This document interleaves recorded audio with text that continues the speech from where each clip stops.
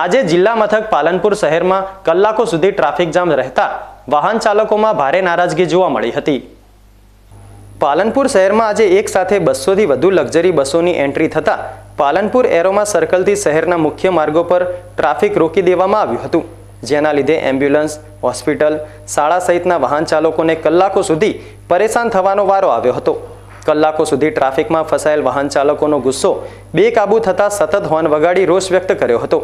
આજે 6 December doctor Baba Saheb આંબેડકરજીના 67મા મહાપરિનિર્વાણ દિવસ નિમિત્તે પાલનપુર રામ ચોકડી પાસે મહાસભાનું આયોજન કરાયું હતું, જેના ભાગરૂપે પાલનપુર અમદાવાદ હાઈવેથી ભીમ મહારેલીનું પ્રસ્થાન કરાયું હતું। આ મહારેલીમાં રાજ્યના જુદા જુદા જિલ્લામાંથી 200 થી વધુ લક્ઝરી બસોને પાલનપુર શહેરમાં એન્ટ્રી અપાઈ હતી। જય ભીમના નાદ સાથે શહેરના માર્ગો ગુંજી ઉઠ્યા હતા। જોકે સંખ્યાબંધ લક્ઝરી બસોની એન્ટ્રીના પગલે પાલનપુર શહેરમાં ટ્રાફિકની સમસ્યા ઊભી થતા લોકો રોષે ભરાયા હતા।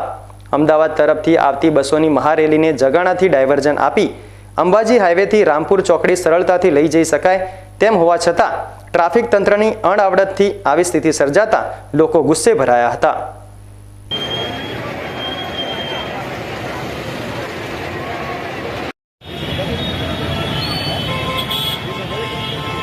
थोड़ी पहुंच गई तो भाई आओगे